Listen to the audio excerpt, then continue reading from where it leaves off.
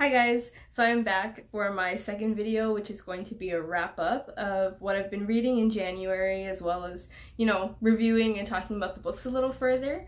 I have 3 books today that I have completely finished reading for the month, and I also have a 4th book that I'm currently working on, even though there's still like a day left in the month, but I didn't finish it in time, but I will still talk about it a little bit just to give you guys an idea of the book as well, because I'm about halfway through, so I have kind of an overall idea of, if I'm liking it or not. So I'll touch on that as well.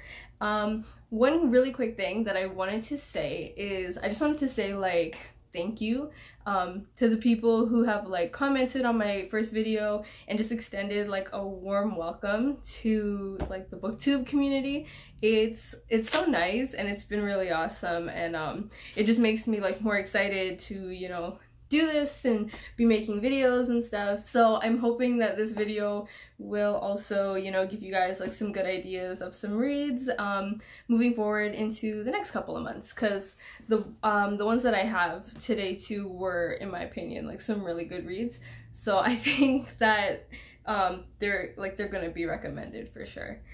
So the first book that I'll start off with, I'm gonna do these in the order that I read them in. So the first book that I have is called The Goddess Pages. So The Goddess Pages was written by Laurie Brockway, and it says right at the top, it is a divine guide to finding love and happiness.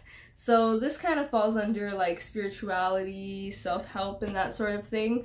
This is not my usual type of read. I'm not really into self-help types of things, but I had found this book on Buns, and I mentioned Buns in my first video, and guys, if you don't have Buns, it's an app, get it, it's really helpful. I don't know if it's available in every single city, but it's basically a trading app. So say I had I don't know, I had this book, but I finished reading it, it wasn't that, it wasn't a favorite, I'm not trying to keep it, but somebody else has a book that I really, really want. You can message them and be like, hey, do you want to trade this for that? And then you trade, no money is spent. It's a really good way to get books, especially if you're on a budget. And I think we all know that books can be really expensive, which sucks sometimes because you want to buy everything, but it's a really good alternative, and it's definitely something that everyone should check out. Again, check your app stores. I don't know if every city has it. My city has it, but check it out and see if you guys have it, because it saves you money. But yeah, long story short, that's how I got this book, and it caught my attention, and so I went for it, and I actually really, really enjoyed it.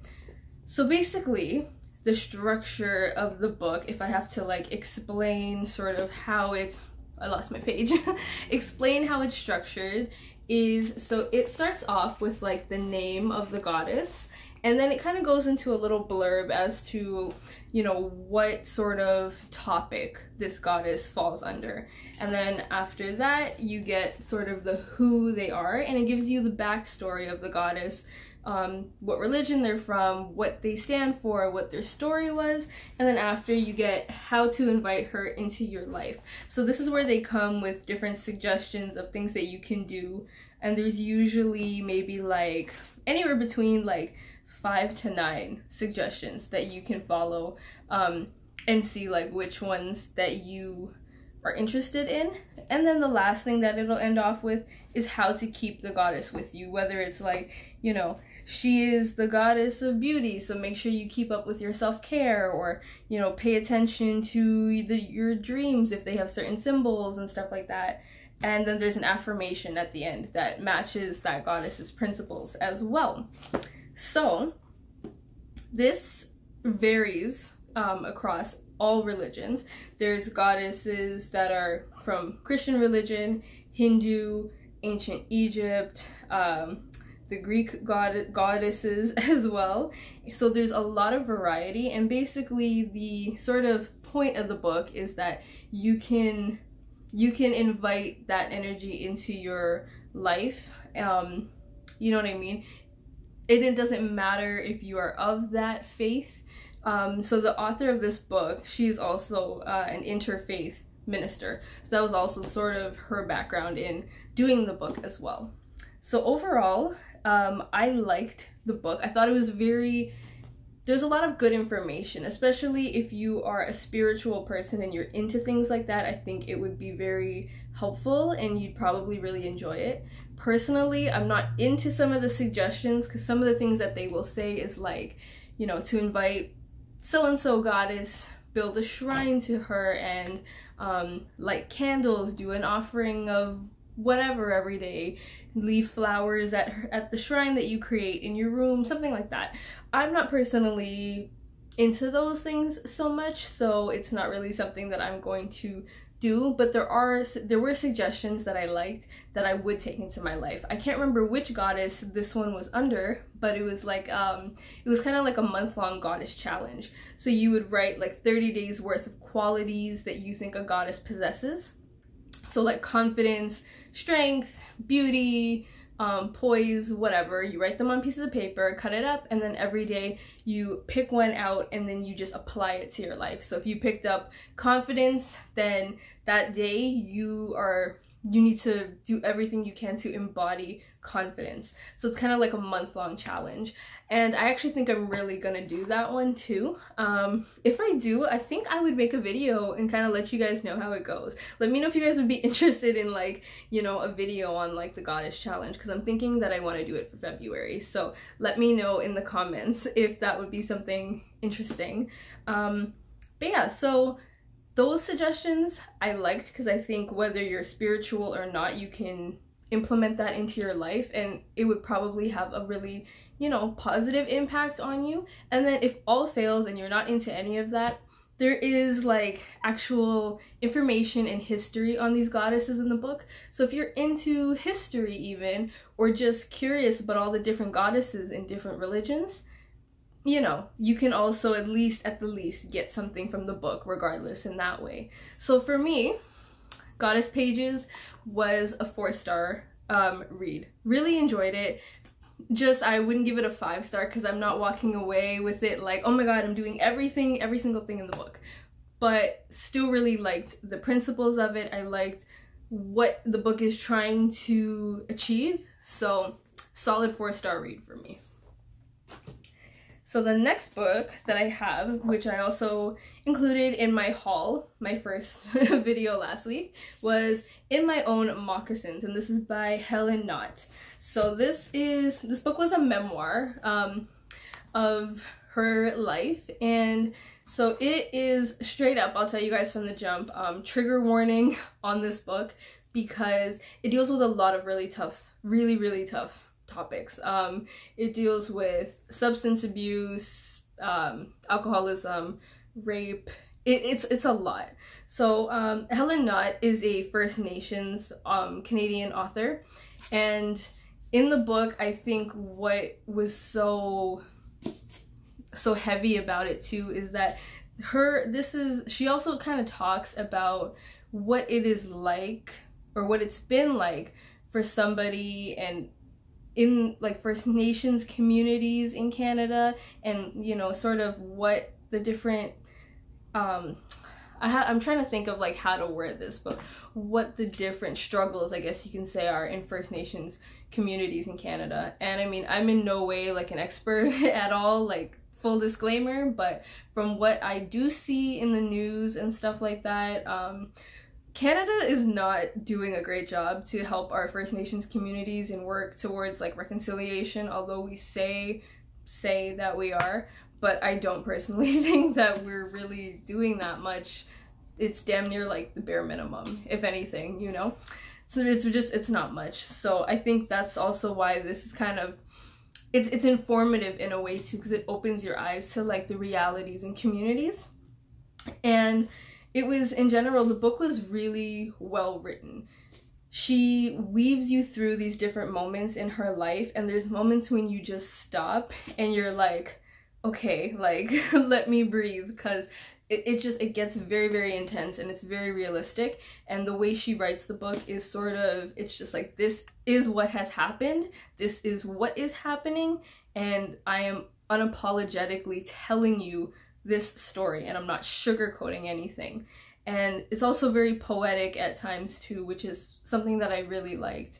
And even in the first 5 minutes of me cracking the book open and reading the introduction, like I cried. Literally was like shedding tears and was like, oh my god. So I really, really liked it for that reason. You know, I like the authenticity, I like the writing style, I like that it was really somebody, you know what I mean, like open book to their life, and they didn't sugarcoat anything, and it was very honest. And even towards the end of the book, it was like there is light at the end of the tunnel. You know what I mean? Darkness doesn't last forever, but it's not perfect either. There's always, you know what I mean? There's always a struggle, an ongoing struggle, especially as you know, her as the author recovering from different like addictions and whatnot. So there's always sort of a bit of an ongoing struggle, but there's light at the end of the tunnel. So I like how it still isn't even, oh my god, happy ending, you know, everything's solved, everything's great. It's just, it's very honest, and I really like that. Another thing that I just want to say too is I think this is really a good read whether or not you are of First Nations background. I am not, but at all, you know what I mean? But this is another, you know, POC woman, so I think that it's important that we read about what's going on in other POC communities, because a lot of the things we may not be able to relate to everything, but there is still a level that we can relate, you know what I mean? There are a lot of similarities of the things that sort of plague our communities, and I think it's just important to be informed and important to just support, because you know what I mean, like if you're buying books from other, you know, people of color, other women, you're supporting those authors. So I just think it's important to do that as well. It's important to educate yourself and just be open to what's going on in all of our communities. So again, that's why this book had a lot of different, like, I guess sentiments, I guess I can say, for me. So this solid 5-star read, highly recommend. It's very, very emotional, but I think that you come out of it with a different sort of feeling. So that's important. So yeah, I recommend this book. And the next book that I have, so this was the third and final book that I read for this month, and this book is called I Am Not My Own Struggles, and this is by Randell Adjei, and he is a local spoken word artist in my city. I had met him at a workshop I was at a few weeks ago, and he performed some poems, and they were like so awesome. I love spoken word, so he happened to have like a few of his books on hand, so I had to get one. Just support, and of course I genuinely like the poetry. They were just awesome. So I bought this and I finished reading it like 3 or 4 days ago, I think. Again, like this was a really awesome this was a 5-star for me. This is a really awesome book. It's about 100 pages and it's all poems. The cover, as you guys can see, is like really, really nice. It was obviously designed by, like, you know, an artist who did it, and I really I love really nice cover art. I hate that glare, but yeah, you guys can like get the idea of it. Really, really awesome.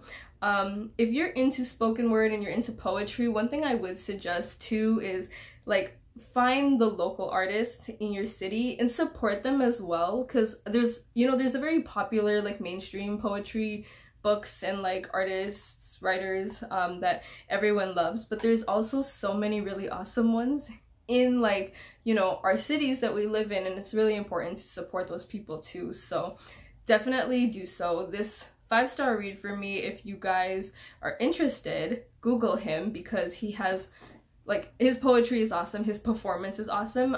Like seeing him perform poems was really great. And yeah, just pay attention to your local writers and artists as well, because they also have really good books. So 5-star read, another 5-star read, I should say, for me. And the last book I have, so this is called Capital City. It's by Omar Tyree, and this is what I'm currently reading now. So this book, guys, is basically like a 90s it's basically like, it feels like a 90s movie that you're reading for sure, especially now that I've gotten into it.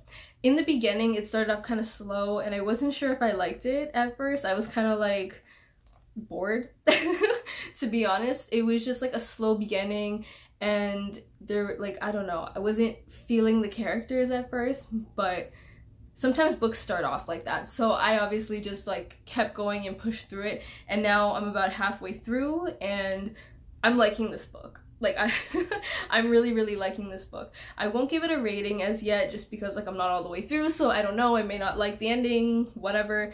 But so far, I'm enjoying it. The plot is starting to pick up. I don't necessarily know where the story is going completely. The characters are starting to like weave into one another and interact more, and there's something coming, but I don't really know what it is yet. So I'm looking forward to sort of getting to that pinnacle of the book, and I will, it's upside down, I will include this in a review or a wrap up for next month, more than likely, just because, you know, I would still like to give it like a full sort of review, especially if anyone like else sees this and they're like, oh, that sounds interesting. So yeah, I will include it as well, and this is what I'm working on for now.